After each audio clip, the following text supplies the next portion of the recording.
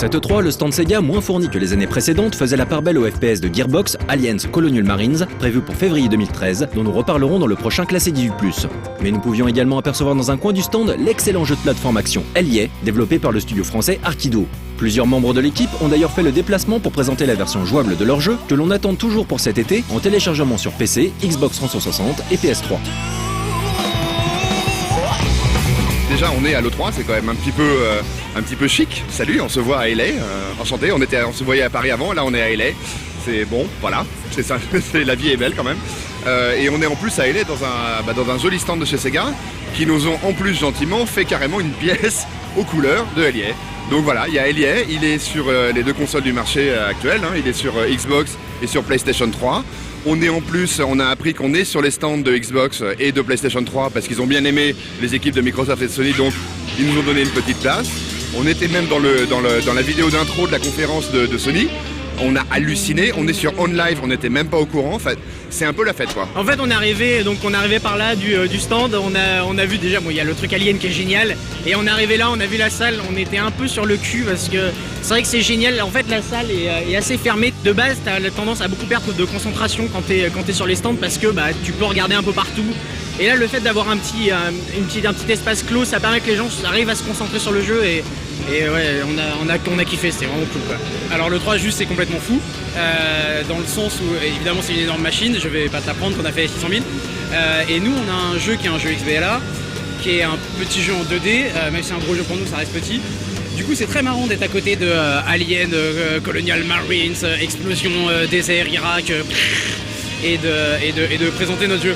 Et on partage la voiture le matin avec Ron Gilbert, on voit Tim Schafer qui passe, il y a le mec de God of War qui joue à notre jeu, des trucs comme ça, et ça rend fou, et en même temps c'est trop chouette, t'as des jeux comme ça, t'es hyper content, et c'est génial. Et puis ce qui est marrant c'est d'avoir un espèce de petit stand avec de la couleur, au milieu de tous les trucs guerriers.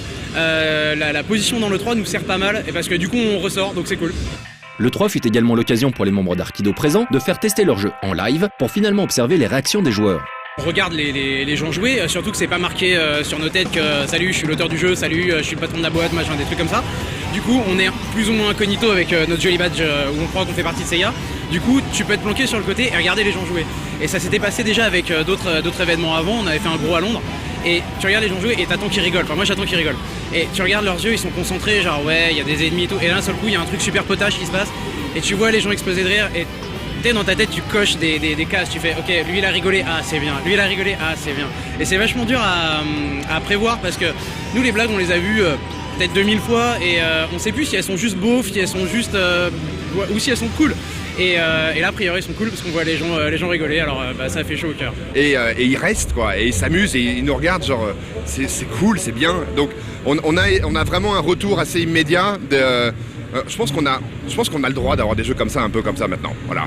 Alors on est sûr qu'on fait pas de démembrement, on snipe pas, on fait pas des trucs. Quoique si, on en fait du démembrement, mais c'est du cartoon, c'est pour rigoler. Pour ceux qui ne connaissent pas encore très bien Allier, on y dirige un lapin des enfers, super vénère, qui part découper du monstre dans d'énormes niveaux ultra cartoon et colorés à l'aide de plusieurs armes, dont une espèce de scie circulaire dévastatrice qui lui sert également de pseudo-véhicule.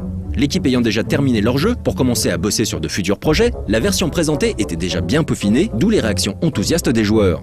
La version qui est présentée, elle est quasi finale. Nous, chez nous, on a la version finale déjà. Celle ici, c'est un build un petit peu plus vieux. Il y a les 4 premiers mondes qui sont montrés.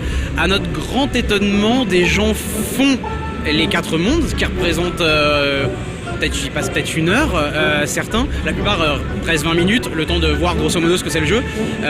On est étonné que dans les conditions de l'E3, avec le bruit qu'il y a, avec t'es en train de jouer, t'as des babes qui passent derrière, c'est pas toi, j'aime beaucoup les jeux, mais les filles ça attire plus les yeux quand même.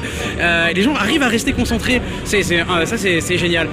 Sur le gameplay, ça permet aux gens de découvrir la partie un petit peu plus aventure du jeu, parce qu'au début le jeu est très tout droit, c'est vraiment un jeu de plateforme, tu vas du point A au point B, et là le monde 2, monde 3, tu commences à utiliser la carte, tu commences à dire voilà c'est grand par ici, qu'est-ce que je vais faire, je vais aller d'abord au magasin, acheter un nouvel armement, prendre des améliorations, et puis il y a des ennemis qui commencent à devenir plus retors à avoir.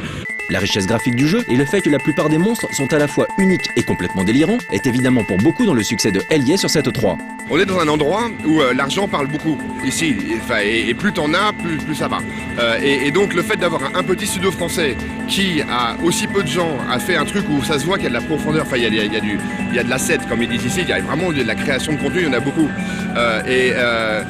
Et en même temps, prendre une décision stupide d'un point de vue financier, de faire en sorte que chaque monstre est unique et que tu ne le vois qu'une fois, dans un monde où tu aimes bien réutiliser et faire des suites et des séries et des machins en changeant des trucs, les gens nous regardent un peu comme des malades, ce qu'on est peut-être, parce que c'est complètement stupide d'avoir fait ça, mais nous ce qu'on voulait c'était que justement il y ait cette espèce de mini-tension quand tu vas découvrir en disant qu'est-ce qui va m'arriver maintenant? C'est quoi le prochain délire qui va m'arriver? C'est quoi la gueule du prochain monstre?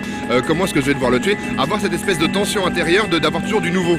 On a un caractère qui s'ennuie facilement et c'est pour nous une façon de dire on sait que on est arrivé à un stade où on s'ennuie facilement maintenant. On zappe beaucoup de choses, donc on essaie d'intégrer ça dans notre jeu comme on l'avait fait auparavant, dans nos jeux d'avant.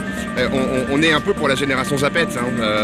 On l'assume en tant que tel, on essaie de garder l'attention, les petits yeux ouverts, comme dirait Aurélien, on essaie de garder les petits yeux du joueur ouverts, en lui balançant des tonnes de trucs. Des trucs, nous nous reparlerons très vite puisque nous comptons bien suivre attentivement le jeu jusqu'à sa sortie, Hellier étant pour nous un vrai coup de cœur.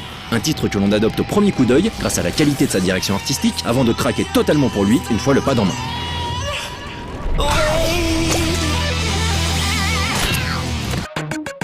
Toujours sur le stand Sega, on a pu assister à la présentation dans un espace fermé de The Cave, un titre téléchargeable récemment signé par l'éditeur. Développé par le studio Double Fine, créé par Tim Schafer, ce jeu d'aventure plateforme puzzle est supervisé par l'immense Ron Gilbert, à qui l'on doit Maniac Mansion, ainsi que les scénarios et les dialogues de nombreux classiques du point and click LucasArts, comme Indiana Jones et la dernière croisade, et bien sûr Monkey Island 1 et 2. My name is Ron Gilbert, and I'm the designer and creator of The Cave. And it's a game that has been in my head for about 25 years, actually. And it's like every couple of years, it kind of pops into my head, and I think, yeah, I should probably make this one day. And a couple of years ago, it just felt like the right time to do it, so I started making it. Évidemment, Ron Gilbert et Tim Schafer se connaissent bien pour avoir travaillé ensemble chez LucasArts sur les deux premiers Monkey Island. Le fait que le projet ait été mis en chantier chez Double Fine est donc tout sauf une surprise. I was hanging around with Tim, and I was telling him the idea, and he thought, wow, this is really a great idea. You should come to Double Fine and let us make that game. And I thought, okay, that sounds good. So, so I just started working on it there. The Cave possède pour personnage principal une espèce de caverne magique qui sert également de narrateur dans le jeu. Une caverne parlante donc, ayant la réputation de pouvoir exaucer les vœux. It's a game about this mysterious cave that kind of lures people, over like thousands of years, people have been coming to the cave to kind of descend its depths and, learn something about themselves. And it's a game about these 7 characters that come to the cave, and you get to pick any 3 of them and go into the cave with those 3.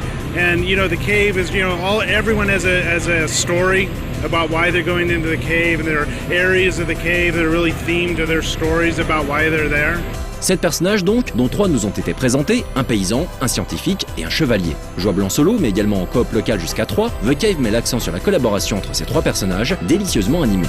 Yeah, all the different characters, I wanted to do something where there were these very different archetypes of these characters that were going to go into the cave, and everybody's just a little bit weird and a little bit, quirky about why they're going in, and they're kind of spread across time in some ways. There's a knight from medieval times, there's a scientist, she's from the 1960s, and it just seemed like a really interesting group of people to kind of put together and have them do this. Pour le moment, une grosse dizaine de personnes travaillent sur The Cave, qui devrait sortir en début d'année prochaine. Encore embryonnaire et pas totalement abouti, son concept permettait néanmoins d'apprécier l'humour barré du projet, à base de machines à hot dog, de leviers et de dragons mangeurs de princesses. Sur le stand Sega, on pouvait également s'essayer à Super Monkey Ball Banana Splits. Cette version Vita marque le retour de Hey Hey, Mimi, Gon Gon et Baby à travers des niveaux plus complexes qui exploitent les caractéristiques de la console. L'utilisation de l'accéléromètre permettra par exemple de se déplacer en vue subjective en orientant la console dans la direction souhaitée. Mais si le fait de bouger sa boule en orientant la console n'est pas nouveau, la précédente version sortie sur 3DS proposant déjà cette feature, Super Monkey Ball sur Vita se pointe avec une idée intéressante. La caméra permettra en effet de prendre en photo des objets réels afin de les exploiter dans un éditeur de niveaux qui pourront par la suite être partagés en ligne. Sorti à l'origine sur Dreamcast, le portage de Jet Set Radio était lui aussi présent et jouable sur le stand de l'éditeur dans sa version Vita. Dans la mesure où c'est un portage fidèle à la version d'origine, il est toujours question de taguer différents endroits de la ville de Tokyo tout en réalisant diverses figures lors de vos déplacements. Si le jeu bénéficie désormais de graphismes HD, on retrouve tout de même ce cel shading qui a grandement contribué au statut culte de Jet Set Radio. Tout comme la bande-son d'ailleurs, qui donne toujours dans le hip-hop, le rock et l'électro. Les capacités de la console étaient évidemment mises en avant, avec notamment la possibilité d'effectuer ses graphes à l'aide de l'écran tactile. Ayant subi un échec commercial lors de sa sortie sur Dreamcast, on espère que ce titre pourtant salué par la critique à l'époque trouvera cette fois-ci son public. Et on termine avec la version Transformed de Sonic et Sega All-Star Racing. Après un épisode assez faible sorti en 2010, l'éditeur présentait sur une grande partie de son stand la nouvelle version de son jeu de course. S'inspirant du célèbre Mario Kart, le jeu rassemble les diverses égéries de Sega que l'on pouvait voir dans le précédent épisode, mais aussi quelques nouveaux persos comme Shadow de Sonic Adventure 2 Battle ou encore Joe Musashi de Shinobi. La vraie nouveauté vient ici des courses divisées dorénavant en plusieurs parties où les véhicules sont amenés à changer de forme, un peu à la manière de Mario Kart 7 sur 3DS. Sonic & Sega All-Star Racing Transformed est prévu sur toutes les plateformes du moment, même la Wii U, et sortira fin 2012. Quant à nous, on se retrouve dans le prochain 101% pour parler du stand Square Enix.